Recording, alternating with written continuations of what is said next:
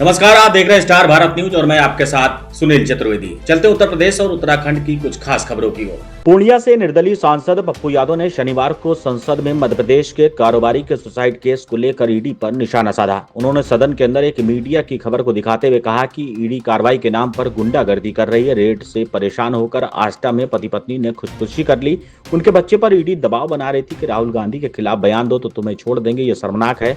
और भी क्या कुछ कहा पप्पू यादव ने, वो भी आप सुनिए। Replace please by Red Book, Pappu Yadav ji, Pappu Yadav Sir, sir. Pappu Yadav ji, in Andhra Pradesh, sir. Pappu Yadav ji, Shri Pappu Yadav ji, Pappu Yadav ji, Pappu अध्यक्ष यादव जी धन्यवाद। तो हमारा जो गीता, कुरान, रामायण, बाइबल और हमारी जो संस्कृति है वो कंप्लीट वसुधैव कुटुंब, सर्वधर्म समभाव और सार्वभौमिकता के भाव पर है। हमारा पूरा दर्शन न्यू ह्यूमनिज्म और न्यू मॉरलिटी के साथ है और संविधान भी उसी वसुधैव कुटुंब, सर्वधर्म समभाव और सार्वभौमिकता का एक बड़ा हमारे लिए गीता है। मैं सिर्फ दिनकर जी की कहानी से शुरू करता हूं। समर शेष है चलो ज्योतियों की बरसाते तीर, खंड खंड हो गिरे विषमता की काली जंजीर। समर शेष है अभी मनुज भक्षी हुंकार रहे, गांधी कापी रुधिर जवाहर पर फुंकार रहे। समर शेष है अहंकार इनका हरना बाकी है, वृक को दंतहीन अहि को निर्विष करना बाकी है।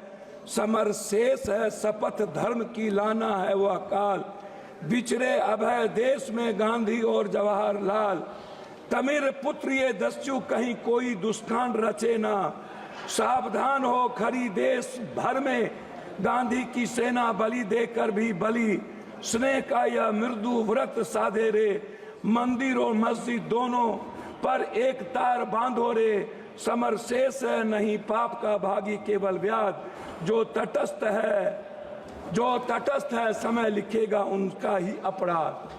ये आप सोचिए, चमन का हर फूल बेच दिया, वह कहते हैं बगीचा आबाद कर रहे हैं। इंसाफ की बात ना करना, यहाँ ये लोग खंजर को आबाद कर रहे हैं। हमसे खंजर दिखाकर वफा की उम्मीद है, राजा कहते हैं प्रजा की मुहर चाहिए। सच बोलने की सजा यहाँ मौत है, फिर भी हर जुबान को हुनर चाहिए। जो आज झुक रहे जुल्म के सामने, कल उनकी जुबान पर लफ्ज नहीं होंगे। इतिहास में नाम तो दर्ज होगा पर आंखों में उनके आंसू नहीं होंगे। बाजारों में बिकती है अब किस्मत, कानून चुप है हुकूमत कहती है सब ठीक है। सच बोलने वालों को कुचल दिया, यह कहकर की आवाजें भ्रामक है। आज आपकी जिसे पोएट्री में है, जिसे ताज दिया उसने रोटियां छीन ली।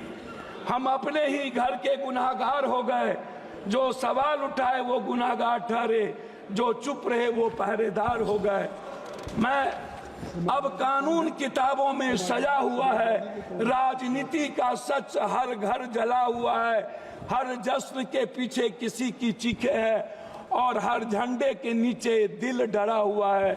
उनकी तिजोरियां भर रही थी, हम रोटी के टुकड़ों पर जंग लड़ रहे थे। जो चुनकर भेजे थे हमें बचाने को, वही हमारे गर्दन को मरोड़ रहे थे। मैं आपको ये शब्द क्यों कहा अध्यक्ष जी, ये अखबार देखिए।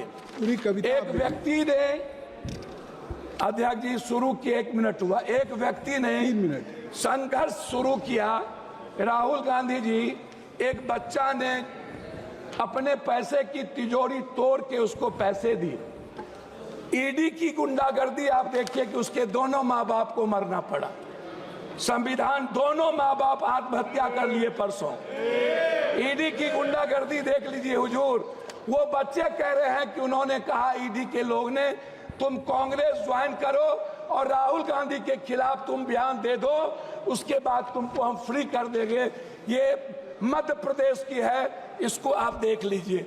मैं उस पर कुछ नहीं कहना चाहता हूं। दूसरी तरफ एक आईएएस का बच्चा प्रदर्शन कर रहा है यूपीएससी बीपीएससी, और पटना का डीएम लात मार के उन्हें खत्म कर रहा हो, आप इसको सोचिए अध्यक्ष जी, मैं उस पर कुछ नहीं कहना चाहूंगा। मैं सिर्फ क्या कहना चाहता हूं अध्यक्ष जी, हम गरीबी को बात हम दूसरे चीज नहीं कहेंगे। हम वन नेशन वन इलेक्शन की तो बात करते हैं, one nation one education one health, free education free health की बात नहीं करते हैं। देश की जनता पर 84 करोड़ का हम ऐसा अनाज दे करके हम खाना देते हैं जिसका जिंदगी में वो कभी स्वस्थ नहीं होगा। हमारे मित्र कह रहे थे स्वस्थ होने की, 90% वाटर के चलते बीमारी है। आप एक तरफ 80 लाख हजार करोड़ के मेडिकल माफिया को जन्म देते हो, 40 लाख हजार करोड़ के एजुकेशन, इसका निजीकरण तो संक्षिप्त करें। मैं हमको 10 मिनट है, नहीं 6 मिनट हो गया। हम एक आग्रह 5 मिनट है, 10 मिनट, 1 मिनट अधिक, हम एक आग्रह, सर हमको बोलेंगे, आप टोकेंगे तो नहीं होगा। आप मेरे गार्जियन हैं, मैं आपसे एक आग्रह करना चाहूंगा, ये निजीकरण खत्म कब होगा? एक दूसरा चीज मैं आपसे एक बात कहना चाहूंगा, बिजली पर तो निजीकरण खत्म करिए। मैं तीसरी चीज, आप आरक्षण की बात करते हैं, मैं बाबा साहब अंबेडकर की आपको एक आग्रह करूंगा अध्यक्ष जी, आप मेरी बात को सुन लें। मेरा आग्रह है फंडामेंटल राइट और मिनिमम रिक्वायरमेंट। ये फंडामेंटल राइट के पहले या बाद ये धर्म, हमारे मित्र कह रहे थे अरे बात कविताओं में आ गई। मैं एक बात सुन लीजिए ना, हम एक आग्रह कर रहे अध्यक्ष जी, हमको 3 मिनट समय दिया जाए। नहीं। हमारे मित्र कह रहे थे कि हमारा देश डेवलप, अध्यक्ष जी हमारा देश डेवलप क्यों नहीं करता? मैं यही कहता हूँ क्यों डेवलप नहीं करता। मैं जहाँ धर्म और जाति भाषा, जहाँ रंग पर हमारा देश बटा होगा, अध्यक्ष जी कैसे डेवलप करेंगे? आप जो देश डेवलप किया है उन्होंने धर्म और रंग को छोड़ा है। सर मैं लास्ट कर रहा हूँ, मैं आरक्षण की बात करना चाहूंगा बस, और जनसंख्या आदि। और हमारे कुछ मित्र कल कह रहे थे बिहार के, शायद उनको डीएनए भूल गए जब इस देश के पीएम को उन्होंने 100 बोरा डीएनए भेजा था।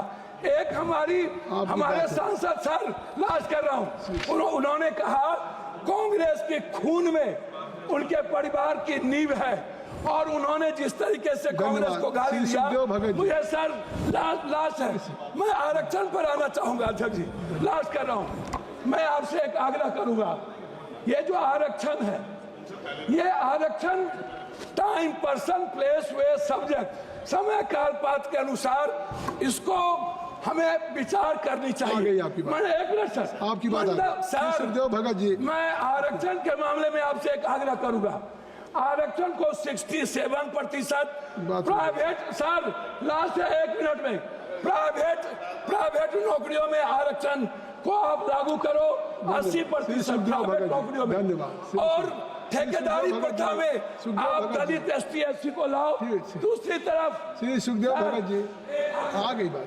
आ गई,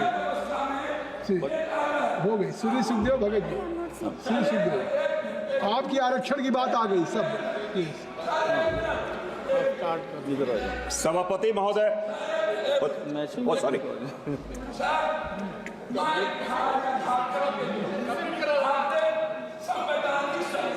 इसमें मेरा हो गई, वहाँ के माइंस, वहाँ की इकोनॉमी को रोकी गई है। सुखदेव भगत जी, अब हो गई बात, चलिए। सभापति महोदय, मैं देश के सर्वोच्च पंचायत में